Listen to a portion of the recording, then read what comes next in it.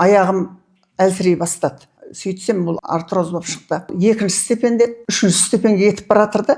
Дәрігерге бардым. Ол айтты, сіз бұл аурудан тәуір болмайсыз, апай. Бірақ поддержка жасап тұрамыз біз. 3 ай сайын келіп тұрыңыз, сіз ауыр көтермеуіңіз керек, көп жүрмеуіңіз керек. Одан не өмір болды? Көп жүрмеген соң, жата берген соң ол қалай болады? Әр ойландым, бер ойландым, уайым басып бара жатыр мені. Қой, Ахметбек жаныма барайын дедім. Соныменен келгелі, Аллаға шүкір, жақсымын. Аяғым ауырып келіп еді, аяғым шамалы жеңілдеді. 80% бәле ауру мида емделуде осы жерде.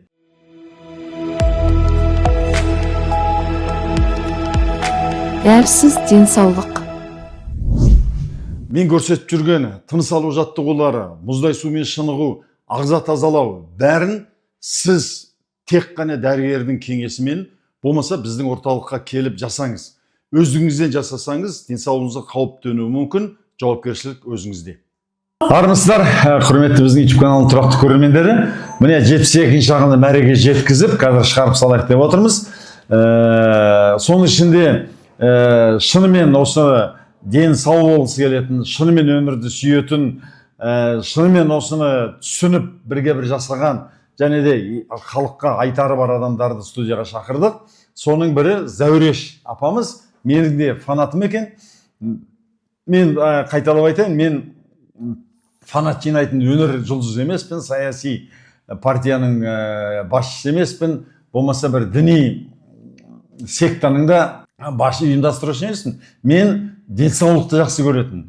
Денсаулық фанаттарын жинап жатырмын. Жаңа осының алдында бір ой туды, денсаулық партиясын ашсақ.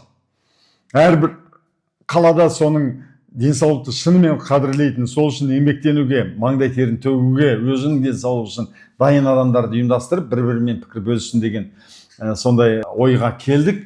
Міне апамыз Шемалғаннан, аты жөніңіз? Зәуреш. Зәуреш апай. Осы мені жалпы денсаулық мәселесін қашаннан бері зерттеп жүрсіз? Мен Ахметбек бауырымның алдында YouTube'дағы тегін сабақтарын көріп жүрдім. Көңіліме қонып, денсаулыққа қарауға сондай бір жақсы сабақтар ойымнан шығып жүрді. Сіздің идеяларыңыз, сіздің сөздеріңіз. Одан кейін сіздің жанартауы деген сабағыңызды алдым.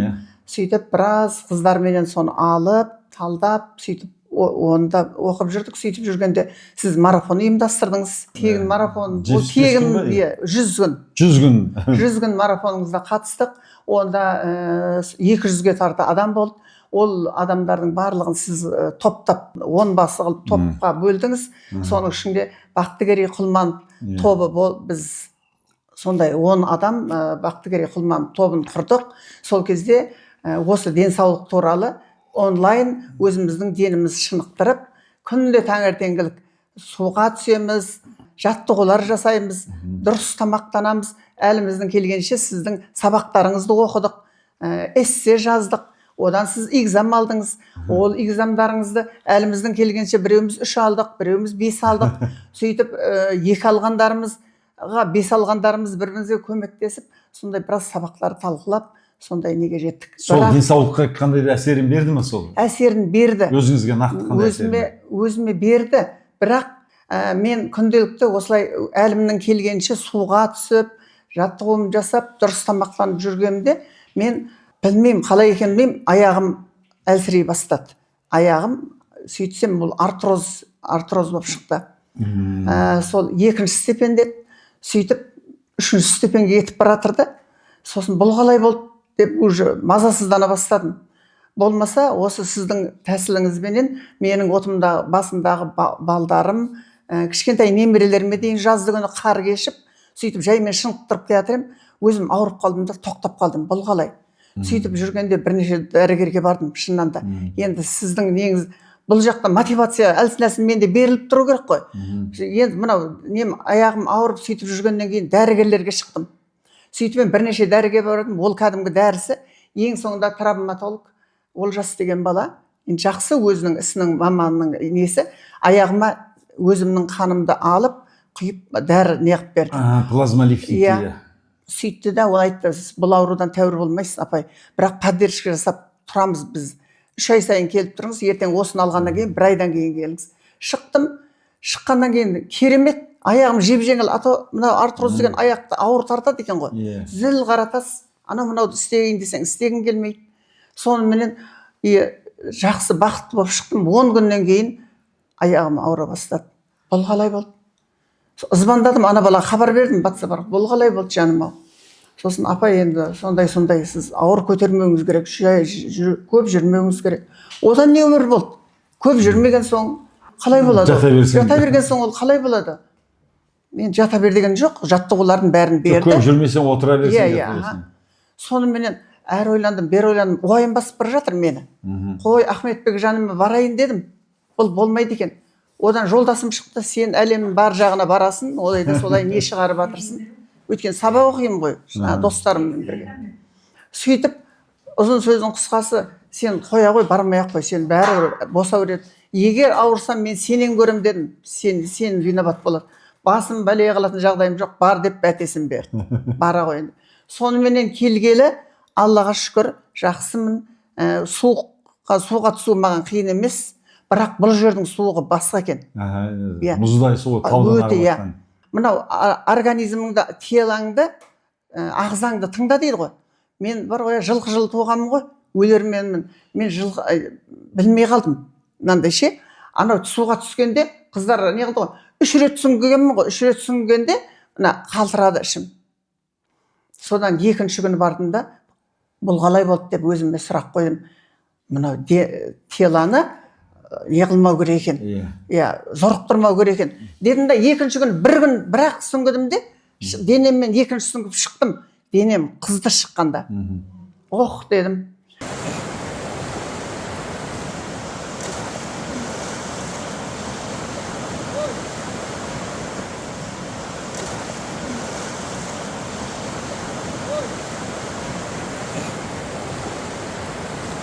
Бұл жерде ол суық судың несін білем.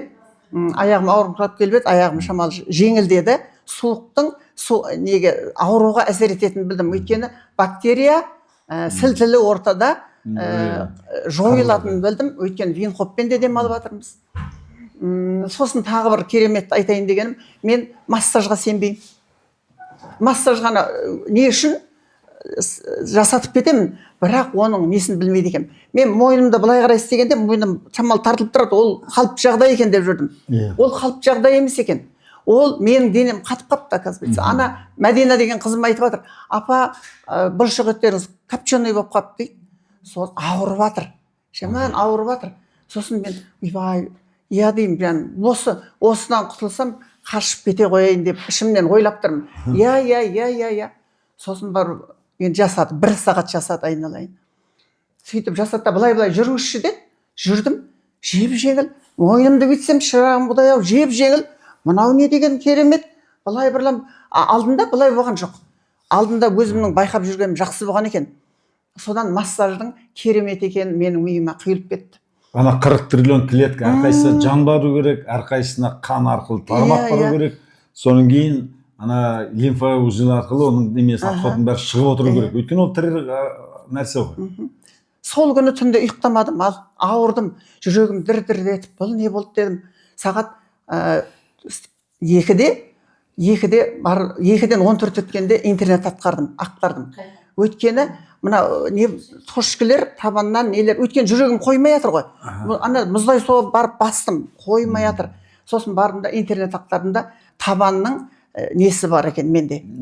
Соны тердім да, соны алдым да, сол жақ шынтақтың аяғының төменгі жағында жүректің несі бар екен, точкісі. Соны тауып алдым да, бүйтіп қатты басып, бүкіл табаныма әрмен бермен өйтіп бір 30 минут отырдым, қалай болса. Жаймен саябырсыған саяқты. Бір уақыттарда тағы қолдықын тердім тағы да. Қолдықын сөйтсем, мына жерде екен жүректің несі. Сөйтіп тағы да бүйтіп бәрі саябырсып, жаймен орнына келді. Содан жаман қуандым. Енді ұйқы ашылып кетті, совсем ұйқы ашылып кетті. Содан бір уақыт қарасам, мына сол жағымның асты тағы дірілдеп жатыр. Ішімнен ойладым, мына жақтағы нелерімнің бәрі маған хабар беріп жатыр, Зәуреш, маған қара деп жатыр ма? Деп ішкі органдарыммен соны сөйлестім. Сендер шыдаңдар, анатомия қолымда, бәрін аламын, ертең сендерменен заниматься етемін, әрқайсыларыңды сауықтыруға деген сондай сөйтіп таңды атырдым, ұйықтай алмадым ол күні. Но ертеңіне жақсы болдым, жақсы көңіл күймен тұрдым. Бірден бардым да душтағы суық су құйып алдым. Ана жақтағы емес, душтағы сөйтіп құйып алып, денем ол жерде де қызды. Сондай жақсы көңіл күйдемін.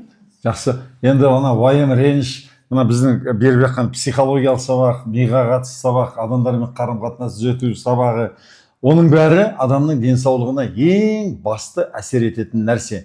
80% бәле ауру мына мидан, 80% кесел мида, емделуде осы жерде.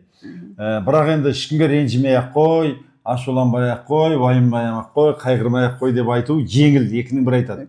Бірақ соны шынымен сол қайғы қасіреттен, уайымнан, реніштен, ашудан құтылып кетудің мен бір жолдарын көрсеткендей болдым. Көрсеттіңіз, иә. Осы 6 күн бойына дым ішкен жоқпын деп айтпайық. Бұл жерде жылқының сүтін, биенің сүтін береміз. Биенің сүтін, түйенің сүтін, сосын шырын ішіп жатырмыз, сосын шөп шай ішіп жатырмыз.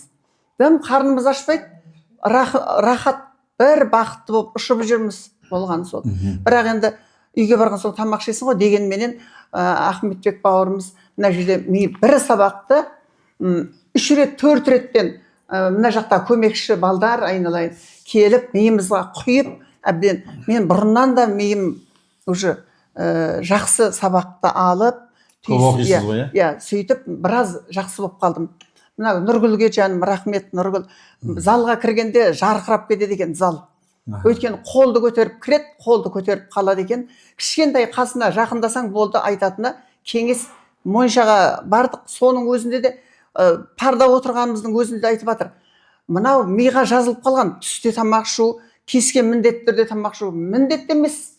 Қарын ашпаса да елдер ішеді дейді. Мен сол кезде айттым, ішпесем де болады екен. Рахмет, осыны миыма кіргізіп, айналайын. Бәрі мида екен? Мида екен. Бақытты бол, өмірлі бол. Сенің дұшпаның көп, сенің дұшпандарыңмен жан-жағымда жүргендермен мен айтсамын. Енді одан сайын жақсы, мен бүгін сабақ алып отырмын, жақсы білім алып отырмын. Осы жан-жағымдағылар бар, менен хабардар, білет. Сол себептен енді осындай денсаулық жолы жақсы болатын, олар осыған ат салысып өздерінің денсаулықтарын жөндеп алатынына мен де сенімдімін. Бақытты бол, өмірлі бол, халқыңның әр уақытта қошеметіне бөленіп, нағыз дені сау, сапалы қазақтарды осындай үлкен жолға салып жіберуіңе тілектеспін. Рахмет. Міне тізесі ауыратын адам қазір өте аз шығар, жасы келген 60-тан асқандардың көбінің тізесі ауырады, содан кейін жамбасы ауырады, иықтары ауырады. Оның бәрі неге дегенде мына буынның арасындағы сүйықтық синевальная жидкость дейді. Сол сүйықтық мына сүйектің арасындағы шеміршекті қоректендіріп отырады. Сол сүйек кетіп қалғаннан кейін шеміршек тозады, содан кейін ақырын бір сүйек бір-біріне тие бастайды. Оны ешқандай дәрімен, дәрігермен оны қалпына келтіре алмайсыз. Ол химия, дәрі деген химия. Бұны тек қана қайтадан сол сүйекті қалпына келтіру арқылы сол шеміршек қайтадан қалпына келеді. Сол кезде сүйекке тиіспейтін болады. Ол үшін адамның көңіл күйі дұрыс болу керек, тамағы дұрыс болу керек, қимылы дұрыс болу керек. Ағзасын тазалау керек. Біз осыны жасаған нәрсені қайтадан жасайтын болсаңыз, сіз 80, 90, 100 жаста да тік жүріп, тіпті 100 жасында марафон жүгіріп жүргендер бар. Сіз марафон жүгірмесеңіз де жаныңыз ауырмай, тік жүріп, тік кетуге мүмкіндігіңіз бар. Көзіңіз жетті ғой? Көзім жетті, алхамдулилла. Сондықтан, егер ата-аналарыңыздың буын ауырып жүрсе, дәрі іше беруден ешқандай ол көмек жоқ, тек қана миыңызға баратын ауырсыну сигналын өшіріп қояды уақытша. Ол уақытша ғана, біраз уақытқа, соң қайтадан қалпына келеді. Сондықтан табиғаттан іздеңіздер денсаулықты. Денсаулықты өзіңіздің ішіңіздегі иммунитетті іздеңіздер. Менің насихаттап жатқаным осыны мен әлемнің ғалымдарын оқып, жинап тергеннен кейін халықпен бөлісудемін. Ата-аналарыңыз қиналып жүрсе, айтыңыздар. Дәрі улайды, табиғат емдейді. Емдейді. Сол сумен, табиғатпен достасқаның, ауруменен қоштасқаның. Болды бірақ нәрсе. Сізге де ұзақ өмір тілеймін, балашаның қызығын көріңіз, деніңіз сау болсын. Осы үйренген нәрсеңізді жұбайыңыз енді сізді мойындайды деп ойлаймын. Бала-шағаңыз да сізден үйреніп, олар да денсаулықты сақтай алсын. Лайк қойып, комментарий қойып тарата жүріңіздер, көп адам көрсін. Жақсы.